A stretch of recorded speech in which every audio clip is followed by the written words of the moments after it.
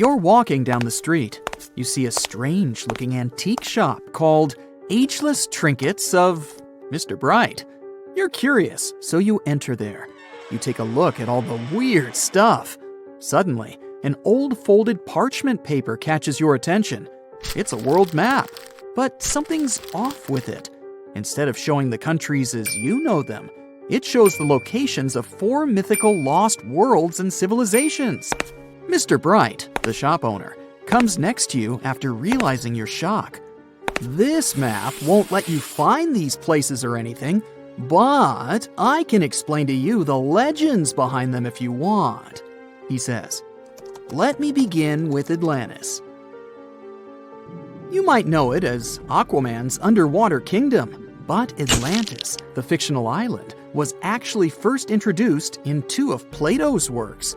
According to him, Atlantis was a highly advanced civilization that existed about 9,000 years before his own time, and its story had been passed down by poets, authors, and others. He wrote about Atlantis and its citizens to give a moral lesson and to teach about the dangers of arrogance, as well as the eventual downfall of those who are after too much power. In his dialogues, Plato stated that Atlantis was a great and powerful empire that was respected in all parts of the world. It was founded by beings who were half deities and half human, and became a great naval power after a while. Being an island filled with gold, silver, and other precious metals certainly helped their case. But besides that, it was also known for its breathtaking architecture and state-of-the-art technology, as well as its countless rare and exotic wild animals. Atlanteans were proud of their great achievements and the perfection of their civilization, but their excessive pride was going to bring their downfall.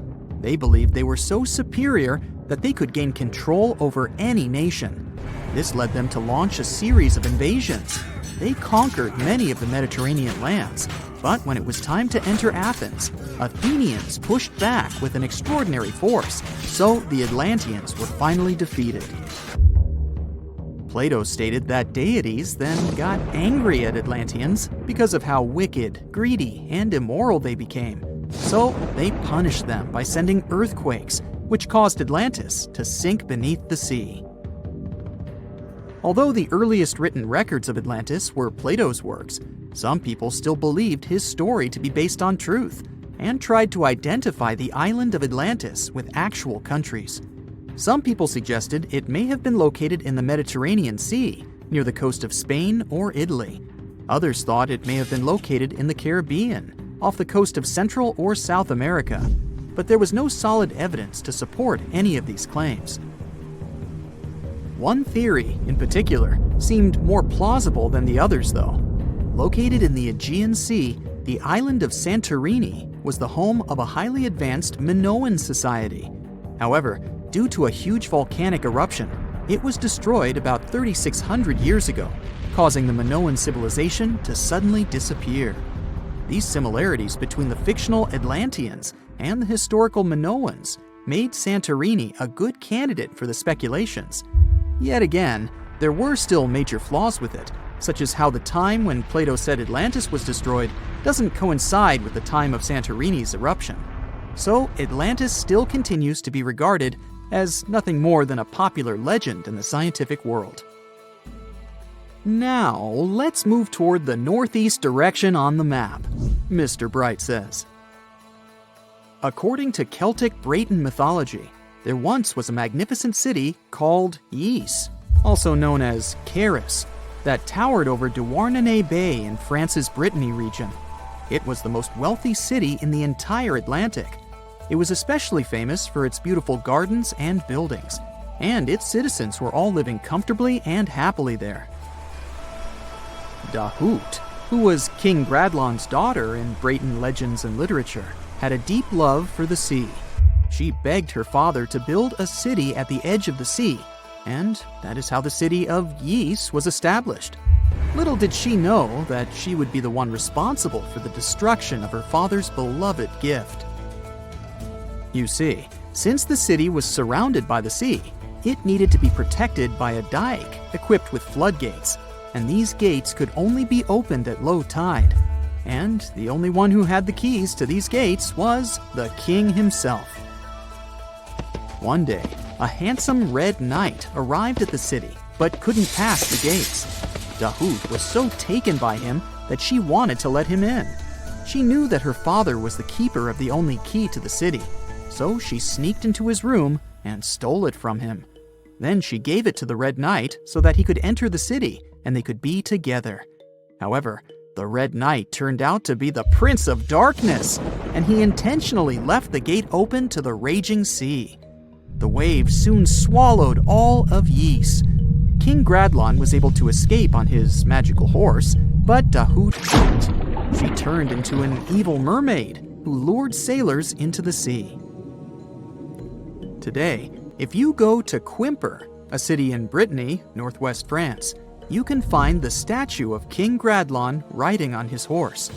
Although the city of Ys is a legend, Brittany coast locals believe that on the days when the waters are calm, you can still hear the tolls of the city bells deep under the sea, if you listen carefully. Mr. Bright then points at the Indian Ocean on the map and says, "Now, have you heard about Lemuria?" Back in the mid-1800s, a few scientists suggested that there was once a continent that existed in the Indian Ocean, somewhere close to the south of modern-day Sri Lanka. The first one to popularize this theory was the British lawyer and zoologist Philip Lutley Sclater. In his paper, The Mammals of Madagascar, he stated that he found lemur fossils in India, and not in Africa. However, this discovery was extremely shocking to him because of the fact that lemurs' original homeland, Madagascar, is much closer to Africa. He proposed that this was possible only if some larger continent connected the two once. He stated that this continent must have eventually sunk to the ocean floor. He then named it Lemuria, and hence the theory was born.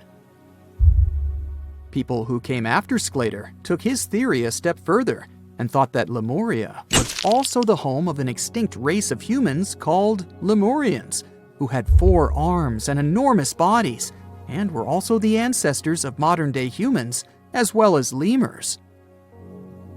Of course, as new scientific discoveries were made on plate tectonics, evolution, and the study of DNA, the theories regarding the fictional continent called Lemuria were debunked. The last fictional land on the map is Agartha, Mr. Bright says. Taking its roots from Eastern mysticism, one legend says there's a kingdom called Agartha that is located deep beneath the surface of the earth. It's where all 4 corners of the world are connected by paths and tunnels.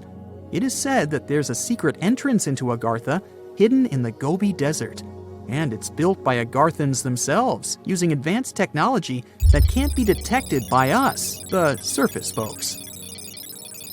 According to some beliefs, Agartha exists to counterbalance the energies of those who live above the surface. While we live in a state of rush and heightened emotions, this world beneath us is the total opposite. Some even say that those who escaped Atlantis fled here to continue their lives inside the Earth's core. And yet, others think it's actually a land that's crawling with all kinds of monsters.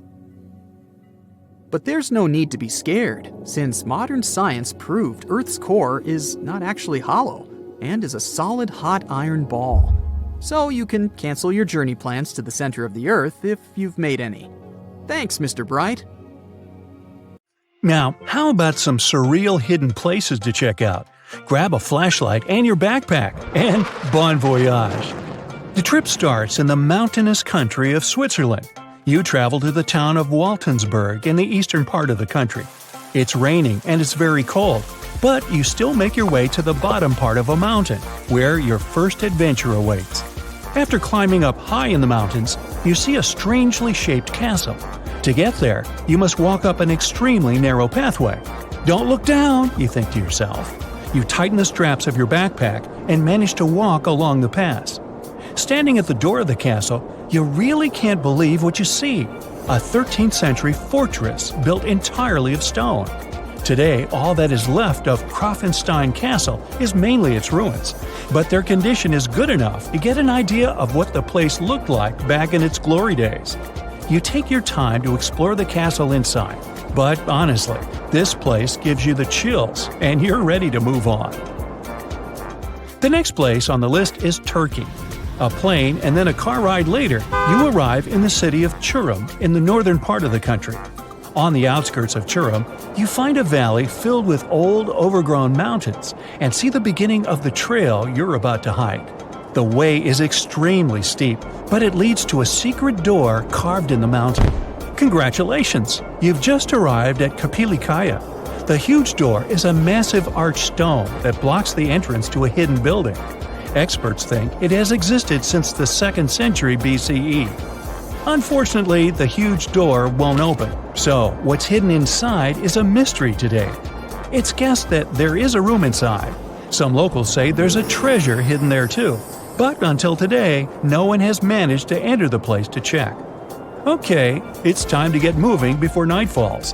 Next, you get the unique opportunity to travel to Ethiopia. Wandering around the city of Lalibela, you stumble upon a huge pit carved in the ground. You approach it carefully, and soon enough, you see a magnificent terracotta building. So richly detailed, it leaves you mesmerized. But that's not all. There are 10 other pits just like this one, hiding King Lalibela's 12th century buildings. All 11 constructions are different from one another, yet share a similar recognizable style. They were hand-carved over the span of 24 years, only with the help of chisels, which is unbelievable given that these buildings are up to 50 feet high. That's about as tall as 5 African elephants stacked on top of each other, if you could do that. This unconventional way of construction made them entirely monolithic, meaning they were carved out of just one gigantic piece of rock. Pretty impressive, huh?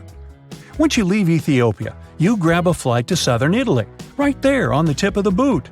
No hiking is needed here. Whew! Your friend takes you to a site called Sassi di Matera.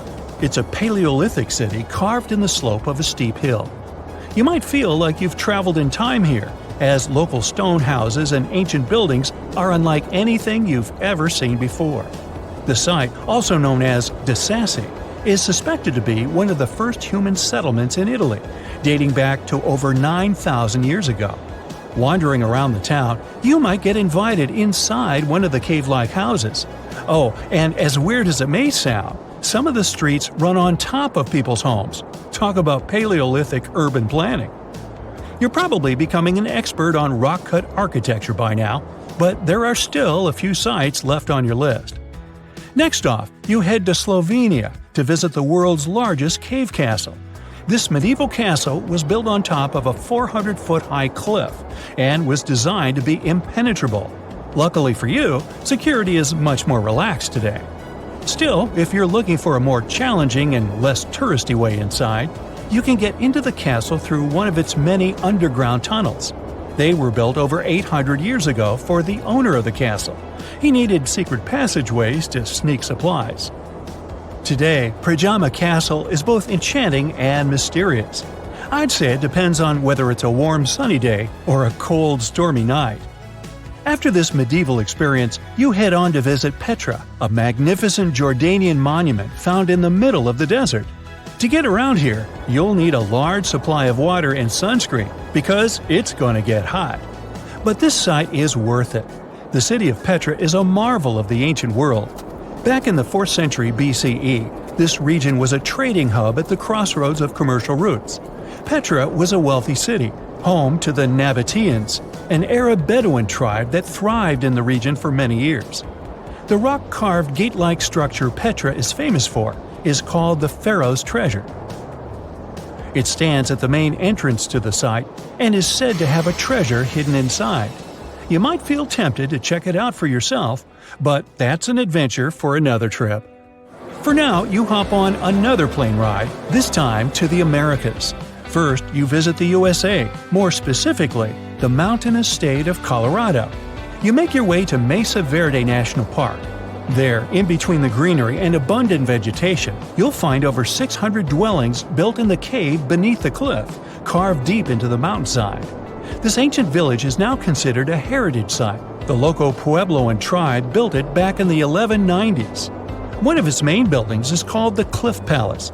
It's a multi-story construction built from sandstone and mud mortar. The palace alone housed over 150 rooms.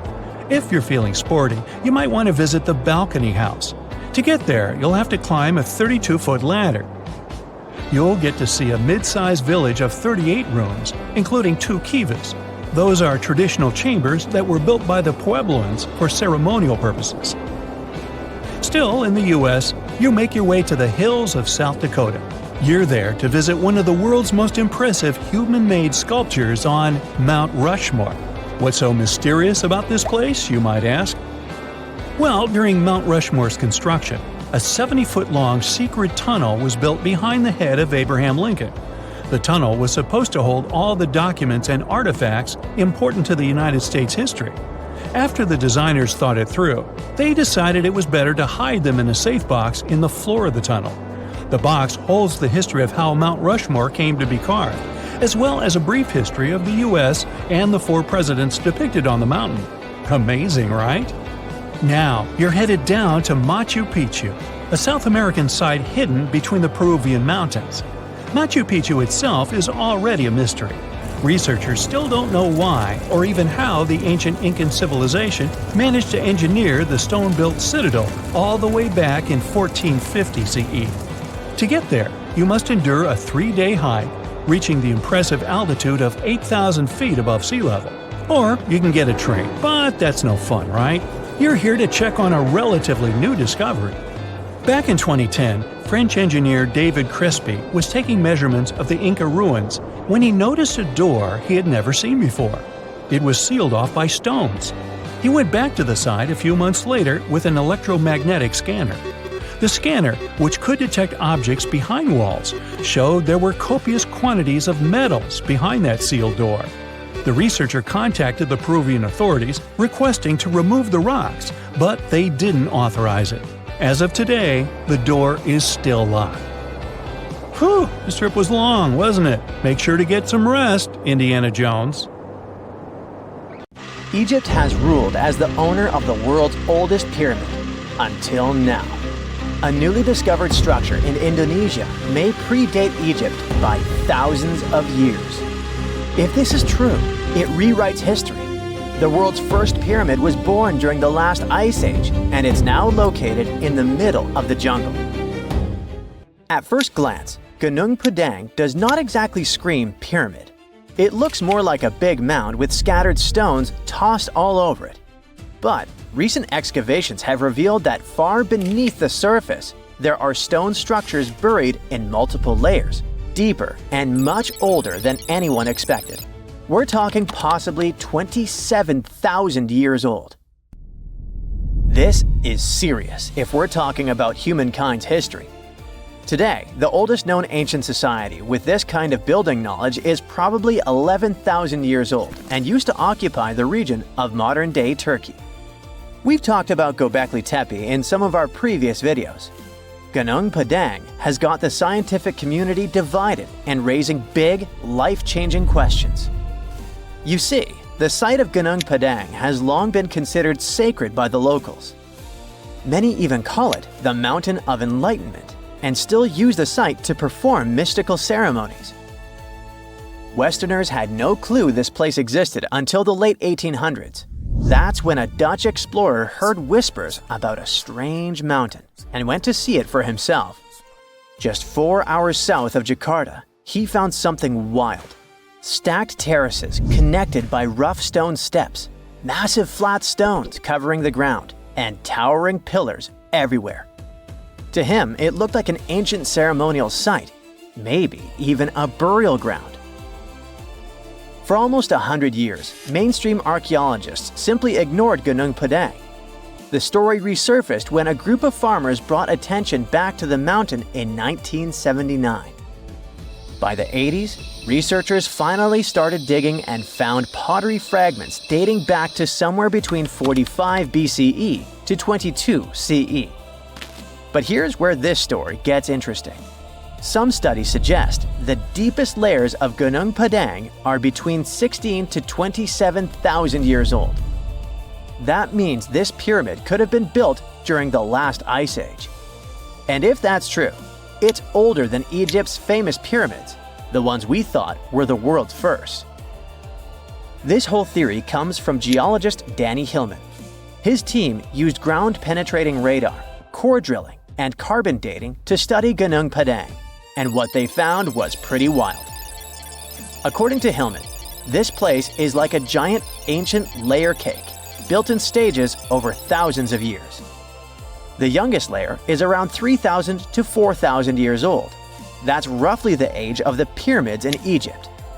When you dig a little deeper, you find Unit 2, which was built between 7,500 and 8,000 years ago.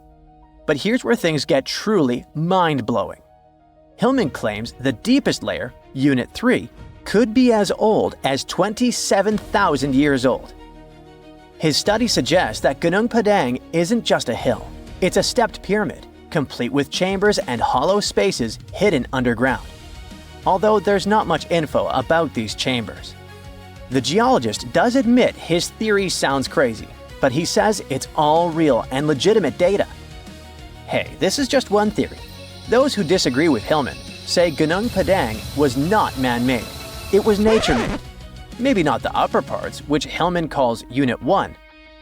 The lowest units, which are the units that could change our collective history, are the problem. To understand what the fuss is about, we need to look at the soil. The area that Gunung Padang was built on is filled with volcanoes, which means it sits on top of volcanic soil. Hillman's team drilled into the mound and found something odd. Younger soil wedged between much older rock layers. To them, this was a clear sign that the stones were stacked, not naturally formed. After all, in nature, younger soil doesn't just sink beneath ancient rock. That would be like discovering fresh ink beneath the pages of an ancient manuscript. You know, something doesn't add up unless someone put it there on purpose. However, skeptics such as volcanologist Soetkinel Braunthal argue that Gunung Padang is not a human-made pyramid, but rather the remains of an ancient volcano. He believes the mixed layers of young soil and old rock are the result of natural erosion and geological processes, not human construction. Volcanic activity can create unusual formations over time, and without clear signs of tools, carvings, or human remains, many experts remain unconvinced. The mystery boils down to this paradox. Are we looking at the ruins of a lost civilization, or are we simply misinterpreting the work of nature? Most archaeologists say that to prove an ancient civilization existed, you first need signs of culture, art, tools, structures, something man-made. That's exactly why archaeologist Dibble, one of Hillman's biggest critics, isn't buying the pyramid theory. He argues that without solid proof of human activity, all we really know is that the soil in the mound is 27,000 years old, and that alone doesn't mean people were building pyramids back then. But here's the thing. The more we dig into ancient history, the more we find that our ancestors were capable of things we never imagined. The idea of advanced civilizations existing during the Ice Age seems far-fetched to many archaeologists. After all, who could have the technology and knowledge to build massive structures like pyramids in such a harsh environment? This is where some researchers, particularly Graham Hancock, come in. Hancock is known for his controversial theories that say that advanced civilizations may have existed during the Ice Age. The last Ice Age lasted from about 2.5 million years ago to roughly 11,700 years ago. During its peak, huge ice sheets covered large parts of North America, Europe, and Asia, making it a challenging time for human survival. Most archaeologists believe that humans during this period were mainly hunter-gatherers, moving from place to place in search of food and shelter. The idea that they had skills to build a massive pyramid-like structure is hard for many to accept. However, researchers like Graham Hancock argue that advanced Ice Age civilizations could have existed and been wiped out by cataclysmic events such as floods caused by melting glaciers. According to Hancock, these ancient cultures may have built monumental structures like pyramids. One of Hancock's most notable books, Fingerprints of the Gods, explores this theory in depth. He looks at evidence from ancient monuments like Egypt's Great Pyramid of Giza and the megalithic structures in South America and suggests that these could be the remnants of a forgotten civilization. Hancock's theories imply that knowledge and skills passed down from this ancient culture were eventually rediscovered and used by later civilizations like the Egyptians and Mayans. If we apply this to Gunung Padang, the idea becomes even more fascinating. Could this ancient site in Indonesia be a remnant of a long-lost civilization that existed during the last ice age? We'll have to keep digging to figure this out. Either way, while scientists debate the origins of Gunung Padang, local myths offer a different explanation. One of the most famous local legends tells the story of King Siliwangi, a powerful ruler who wanted to build a grand palace in a single night. With supernatural strength, he began stacking enormous stones to create his masterpiece. But as the first light of dawn appeared, he realized he had failed to finish in time. Frustrated, he abandoned the project, leaving behind the massive rock formations that we see today. While this story isn't historical fact, it reflects how deeply Gunung Padang is embedded in the local culture. Even today, the site is considered a place of spiritual energy, attracting visitors who believe in its mystical power. Hindus from the island of Bali climb the mountain steps to conduct rituals related to the rising of the full moon. Followers of a variant of Indonesian martial art practice their discipline high on the mountain. As these sacred rituals continue, archaeology and geology keep trying to figure out if this really is the oldest man-made structure in the world. Deep in Petra's Red Cliffs, archaeologists found a hidden tomb. Inside, there were 12 skeletons. They remained untouched for over 2,000 years, and that's a really weird thing. Most tombs in Petra have been looted, so what makes this find stand out? Let's figure it out. This is the ancient city of Petra. Its huge sandstone cliffs are hard to forget. No wonder it's one of the new 7 wonders of the world. The buildings here are carved straight into the rock, and it already makes the place look unreal. But Petra has also been a star in the archaeology world for a long time.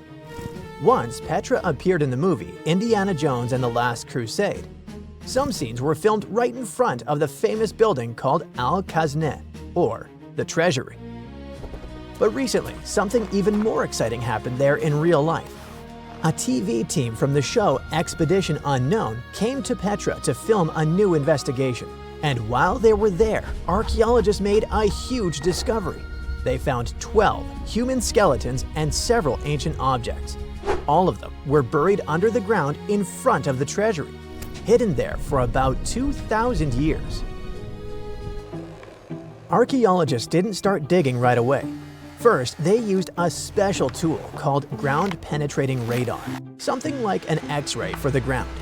Instead of guessing where to dig, the machine scans underground and shows shapes that might be tombs or empty spaces. Anyway, when the team looked at the radar data, something interesting showed up. The patterns looked very similar to places in Petra where tombs had already been found before. That was a big clue that something might be hiding underground. After seeing the results, the authorities of Jordan gave permission for the excavation. That's when the team finally started digging under the famous site. And that's how they uncovered the skeletons and ancient artifacts. Interestingly, many tombs in Petra have been found completely empty, because over the centuries, anything valuable was taken by looters, or simply disappeared with time. But this tomb was very different. Inside, the team discovered 12 human skeletons and a few ancient objects. Some of the bones even had mold on them.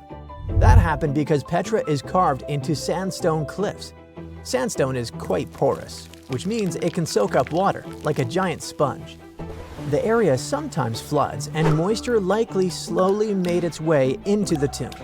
Along with the skeletons, the archaeologists found stuff made of bronze, iron, and ceramic. One object stood out, a ceramic chalice resting in the arms of one of the buried people. It was almost as if the person had been holding it when they were laid to rest. Mysteriously, the cup looked a lot like the Holy Grail from the Indiana Jones movie.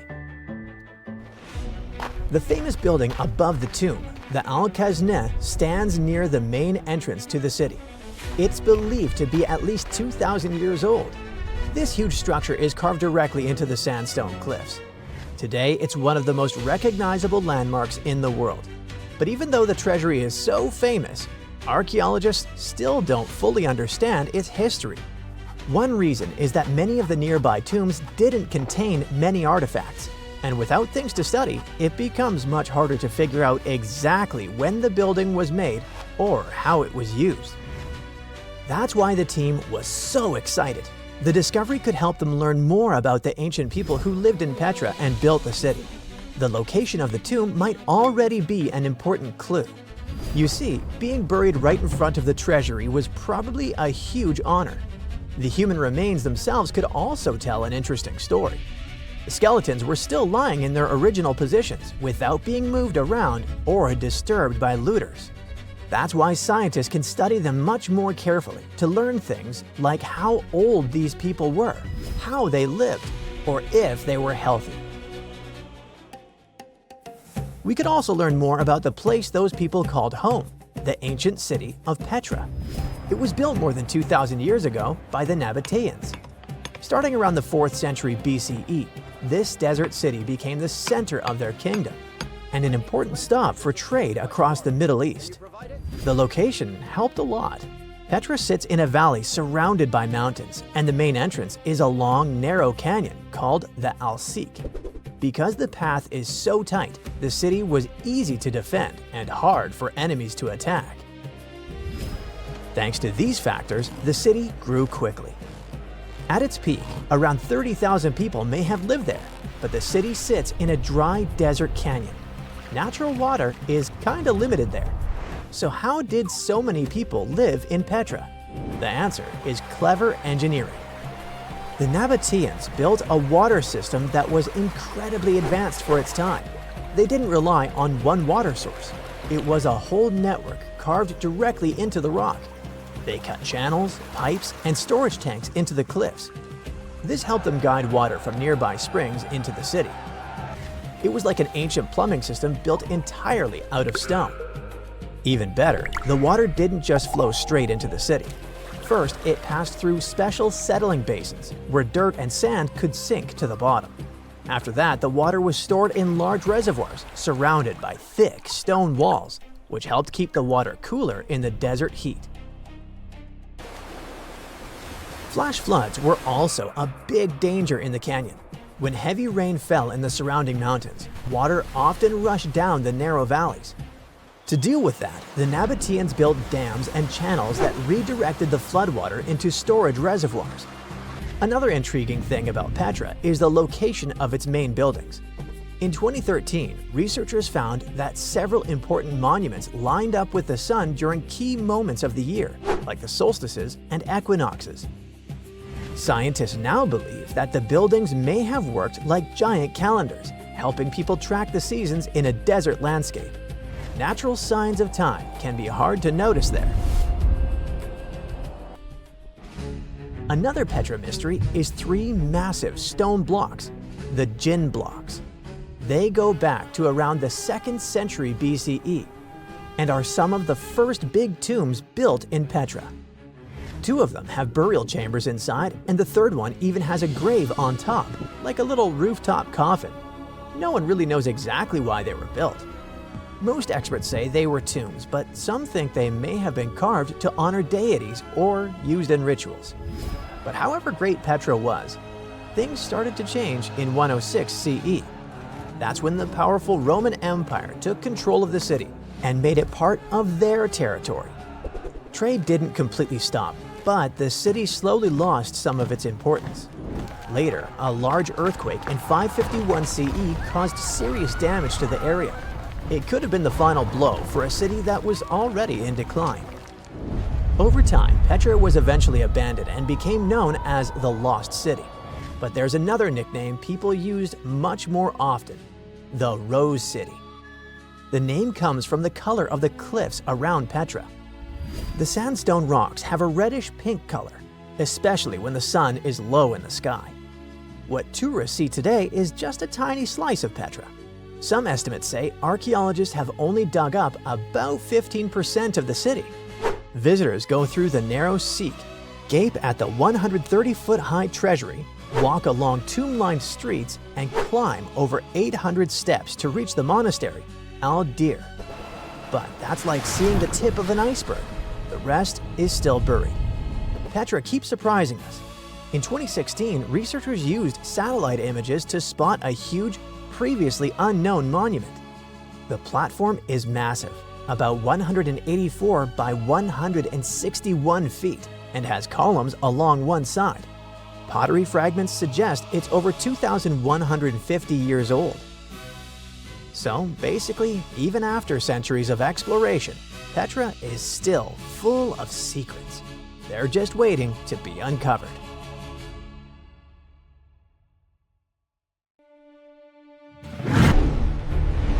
The ocean had a king 190 million years ago, and that creature was just the size of a dolphin. But it still kept everyone else in fear. A fossil collector found its relics in the rock at England's famous Jurassic Coast near a place called Golden Cap in Dorset back in 2001. For centuries before that day, people just walked over it and never noticed this treasure. Then, it traveled all the way to a museum in Ontario, Canada.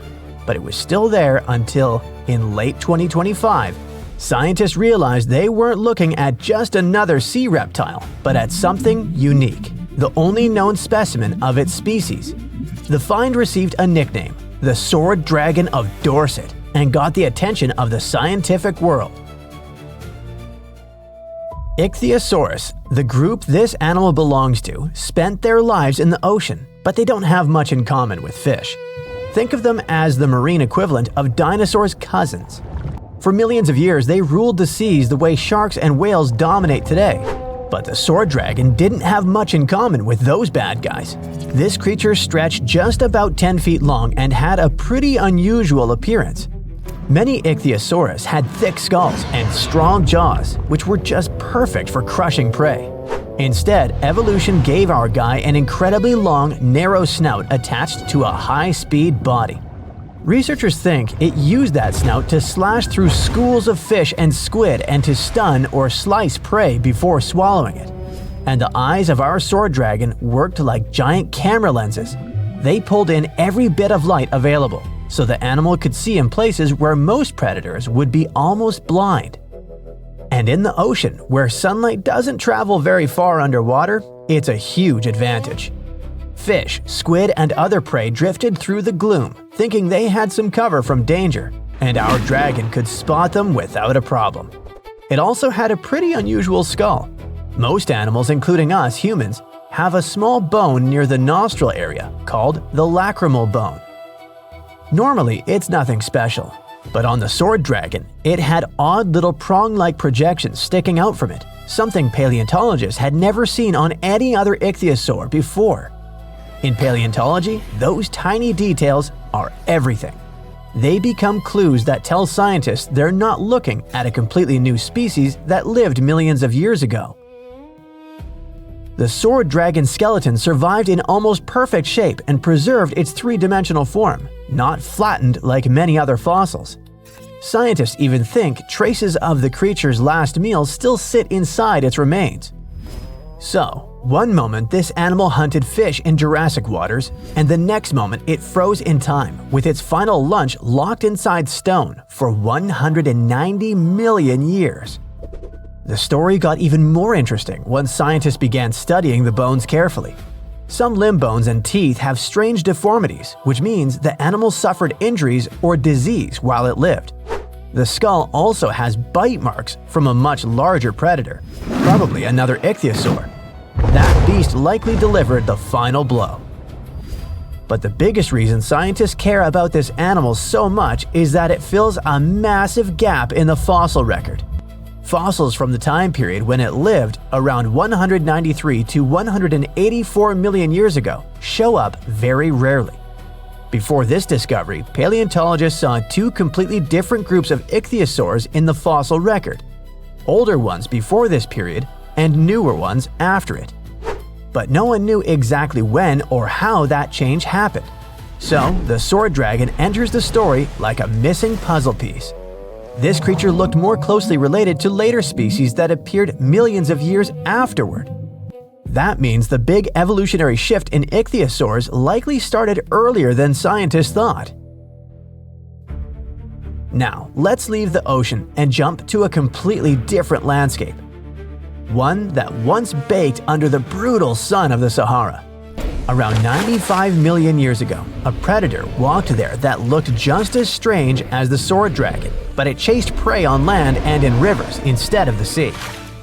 The scientist who led the discovery described this animal as a hell heron. It stretched as long as a school bus and weighed several tons.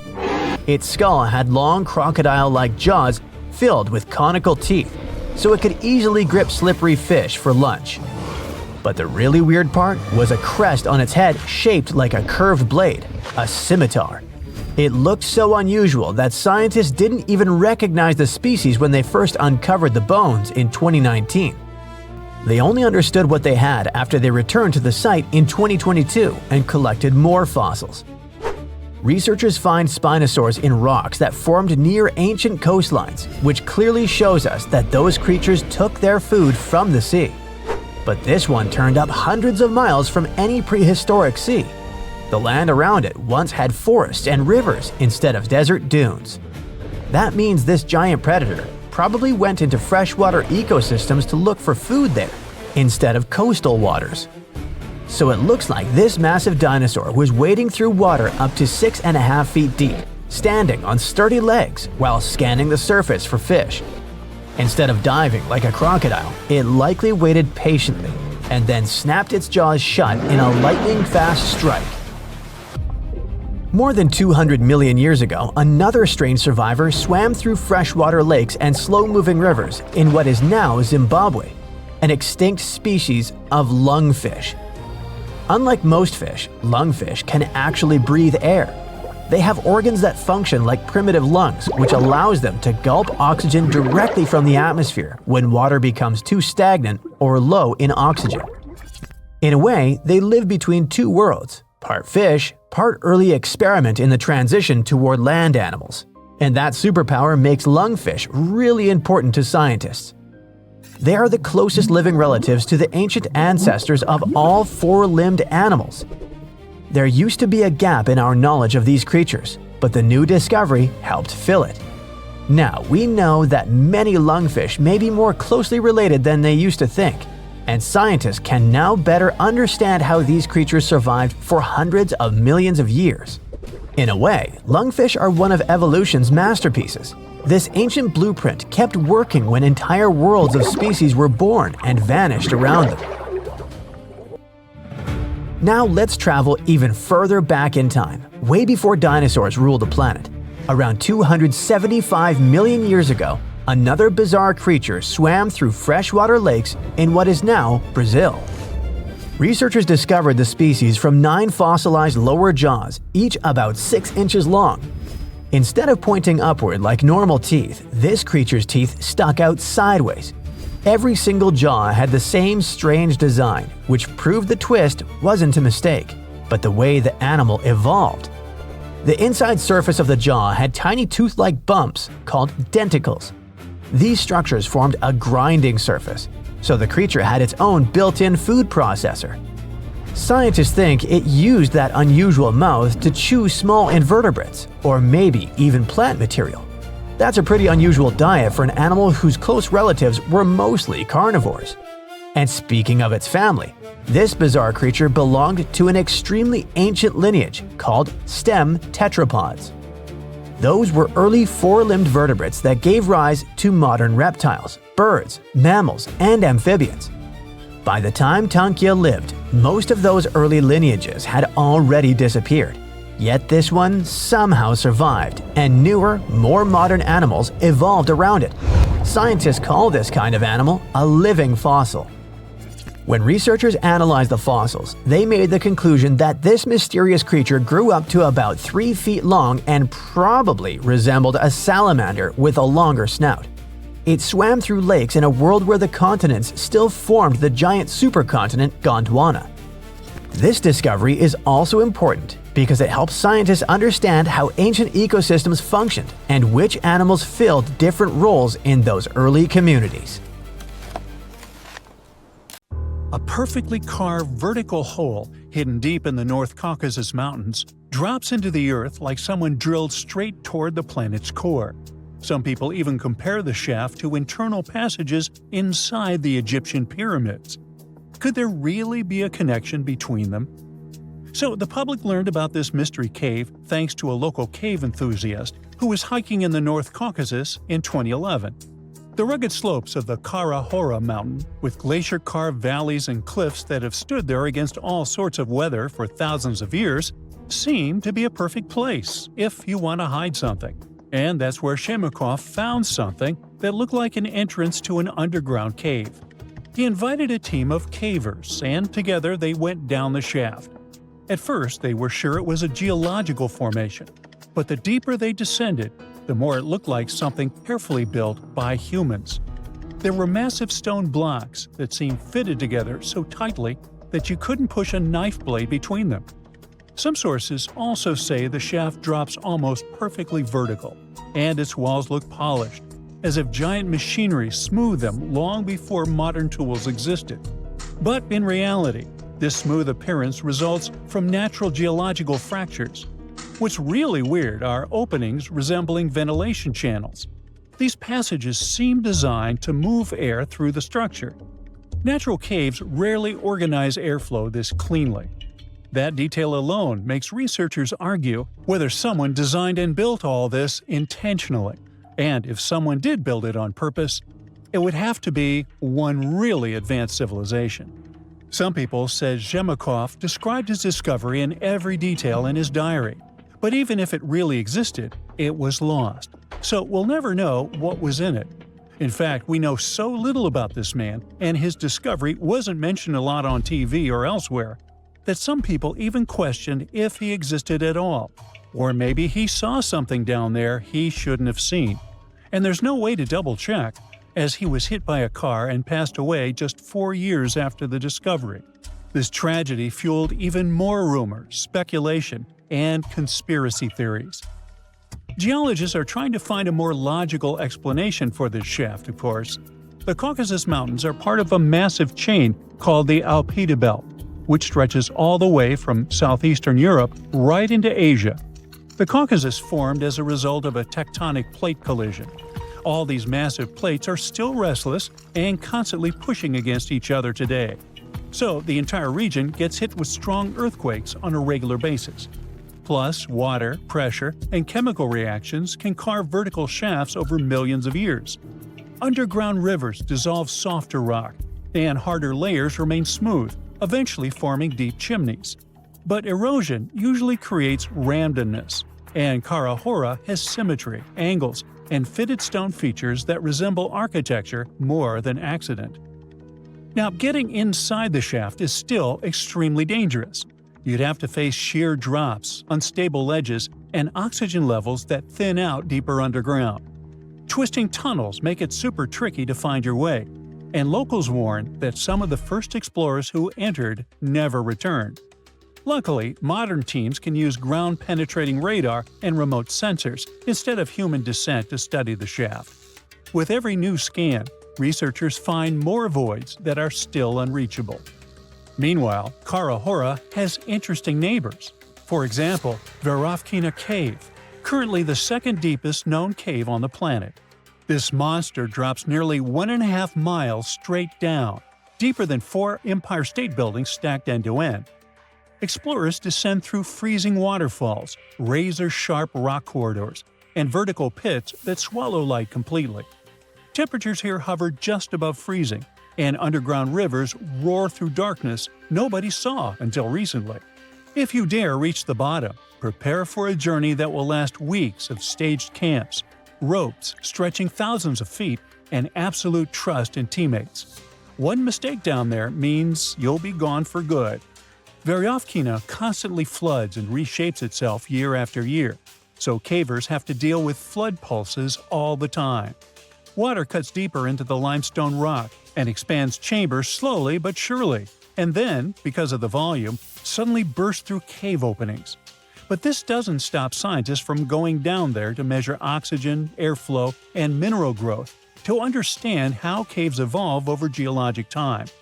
And that's how explorers discover strange microbial life that somehow survives without sunlight and feeds on minerals instead of plants. These ecosystems resemble conditions scientists expect beneath icy moons like Europa or Enceladus. This means the cave could be a great training ground for future space exploration. But before we head to space, let's check out another super interesting cave system, this time in northern Spain. There's a chamber there which scientists call Pit of Bones. Explorers have to trek into a pitch-black underground maze to squeeze through a narrow shaft that suddenly drops straight down for 42 feet. At the bottom of that geological trap, you slide down a steep stone ramp into a cramped, muddy chamber that holds the largest and oldest collection of early human fossils ever discovered. It's a biological time capsule with the remains of at least 28 ancient humans, frozen long before modern history even began. Explorers also found over 6,500 fossil fragments mixed with the remains of at least 166 Ice Age cave bears, lions, wolves, and foxes that probably fell down the shaft by accident. But the human bones are a massive mystery because they seem to have ended up down there much earlier than the animals. Who these people actually were is still a huge debate. When researchers looked closer at their skulls and jaws, they noticed strong, super early Neanderthal traits. Then things got even crazier when scientists miraculously extracted mitochondrial DNA from those ancient bones. It linked these individuals not only to early Neanderthals, but also to the Denisovans, a mysterious group of ancient humans found thousands of miles away in Siberia. It proves our ancestors were moving and mixing in ways far more complicated than anyone ever guessed. The drama doesn't stop at genetics, though. This dark cave might actually hold the world's first assassination mystery and its earliest funeral. Out of thousands of bones, archaeologists found absolutely no everyday tools or food waste, except for a single, carefully crafted quartzite hand axe they nicknamed Excalibur. Because of this, some researchers think the group intentionally lowered their deceased down the shaft with the axe as a ritual. It was probably a way to show compassion hundreds of thousands of years before we thought possible. At the same time, one of the skulls shows two identical lethal fractures that look exactly like intentional blows. To get the exact timeline for all this prehistoric drama, scientists use cutting-edge tech like electron spin resonance and uranium series dating, and finally locked down that is 430,000 years old. Now, let's jump across the world to another geological giant, Devil's Tower in Wyoming. The formation shoots nearly 900 feet above the surrounding land. Its surface has long vertical columns, and it looks like some careful hands carved them. But geologists explain the structure formed when molten rock pushed upwards underground and cooled slowly. As the rock cooled, it turned into hexagonal columns, similar to how drying mud splits into patterns, just scaled up to impossible size. Erosion later removed the softer surrounding rock and left the hardened core unprotected.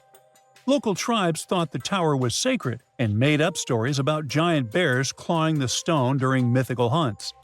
Now, scientists agree on much of its volcanic origin, but debates continue about whether magma ever reached the surface or hardened entirely underground. Even after more than a century of study, Devil's Tower still has its mysteries. When you connect all these places, engineered shafts, endless caves, and underground ecosystem, one thing becomes clear. Earth hides entire worlds beneath our feet, and we've barely scratched the surface. 40,000 years ago, someone scratched a few tiny lines and dots onto a piece of bone, and that little mark might be the oldest hard drive humanity ever created. Scientists now believe those Ice Age people weren't just doodling, but recording real information, structured, organized, repeatable data. And this discovery completely shifts the timeline of human intelligence. For decades, archaeologists kept finding strange symbols carved into Stone Age tools and sculptures. Those were simple shapes like crosses, dots, short lines, and tiny notches cut into bone or ivory. Explorers kept finding them in caves across Europe, including Germany, France, and Spain. They showed up on carved animal figurines, tools, and ornaments. Archaeologists dated them to be about 34,000 to 45,000 years old. That means people created these symbols during the Ice Age, when glaciers covered huge chunks of the planet, and mammoths still wandered the plains. For a long time, researchers believed these signs meant nothing in particular, maybe decorations, maybe tribal art. But a new computational study led by a linguist and an archaeologist showed it was more about data than decoration. The team analyzed more than 3,000 individual symbols carved into around 260 artifacts. They studied every mark and fed them into statistical models, the same type of mathematics researchers use to study language patterns or train artificial intelligence. The goal wasn't to translate the signs yet. Nobody knows exactly what they mean. Instead, the scientists looked at something called information density, which means how much meaningful data you can store in a sequence of symbols. When the researchers ran the numbers, they saw that the symbol sequences had almost the same information density as proto-cuneiform. That's the earliest writing system known from ancient Mesopotamia around 3000 BCE. It was roughly 40,000 years later.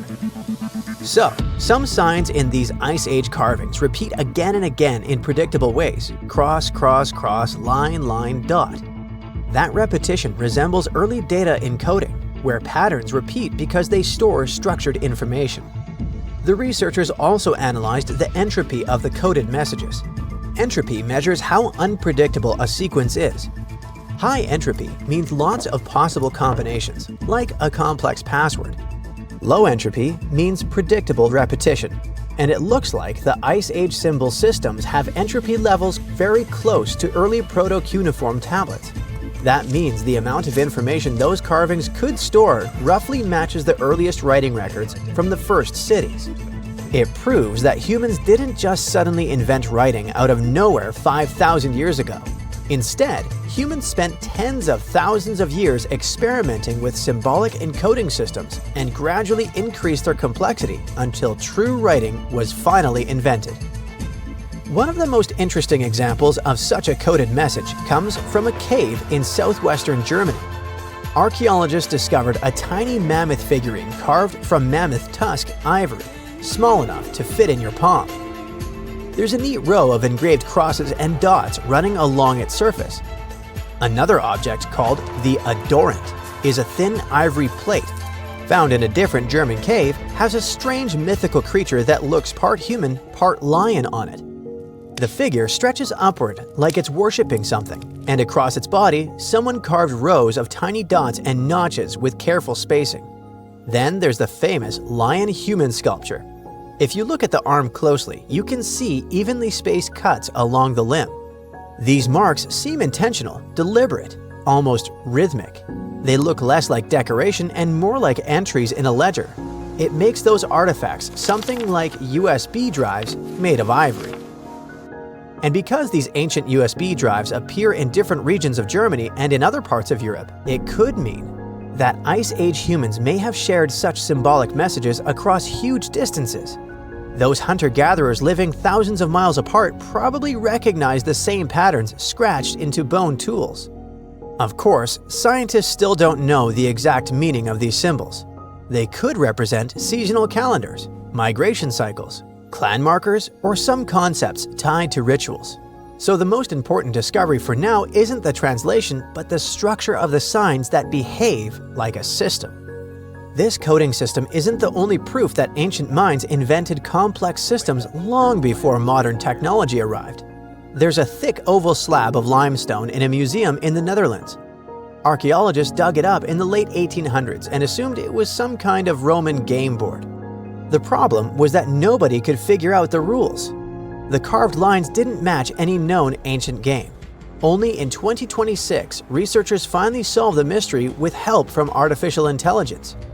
If you look at the stone closely, you can see that certain grooves on it are slightly deeper than others. It means that people slid pieces across those lines repeatedly, and the stone wore down over time. Conservation experts created extremely detailed 3D scans of the limestone surface to analyze those wear patterns. Those scans showed differences in depth smaller than a human hair.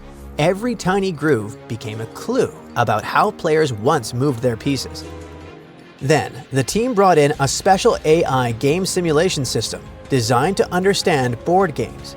They fed the system rules from about 100 historical games and asked it to test possibilities onto a digital copy of the Roman board. The AI played thousands of simulated matches against itself and tried different rule combinations each time. For every rule set, it tracked where the pieces moved and compared those paths to the wear patterns on the real stone. It repeated this process around 1,000 times per rule set until finally certain patterns started lining up perfectly. The system narrowed all the possibilities to a small group of related blocking games.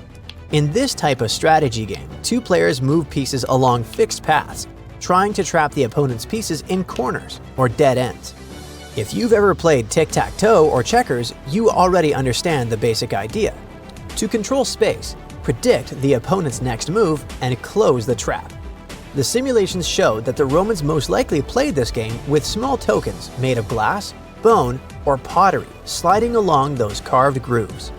And that discovery matters more than you might think. Historians used to believe blocking games appeared in early medieval Europe, centuries after the Roman Empire collapsed. But this limestone board showed them that such games existed nearly 1,000 years earlier. So, Roman players had strategy games that helped them develop forward planning, recognizing patterns, and thinking of different combinations and possibilities. Now let's travel even further back in time, long before Roman cities and writing of any kind. Our destination, Olduvai Gorge in northern Tanzania, one of the oldest important archaeological sites on Earth. In 2025, researchers studying the area found something unexpected in ancient sediments. It was a set of tools made from the limb bones of elephants and hippos. And these tools date back about 1.5 million years. Scientists found 27 bone tools, some nearly 15 inches long, shaped into sharp blades. Early humans most likely used them on animal carcasses or to process tough materials. At first glance, they seem simple, but it actually looks like the toolmakers shaped these bones using knapping, the same process used to chip stone tools. Knapping means striking a material carefully so that small flakes break away, gradually forming a sharp edge. Bone behaves very differently from stone. It contains collagen, which makes it slightly flexible and elastic. Hit the bone too hard and it shatters unpredictably. Hit it too softly and nothing happens. That means whoever made these tools understood how the material worked. They adapted their technique to shape bone without destroying it. Archaeologists believe Homo erectus, an early human species with body proportions similar to ours, created these implements. It also looks like the toolmakers preferred thick limb bones, which are the strongest parts of animal skeleton. To make that choice, you need to understand anatomy and material strength. Engineers today still use that same logic when choosing materials for machines. When we put all these discoveries together, we see that our ancestors designed systems, invented technologies, stored information, and played complex games long before modern civilization appeared. So we didn't just suddenly become intelligent. We've been building knowledge for tens of thousands of years.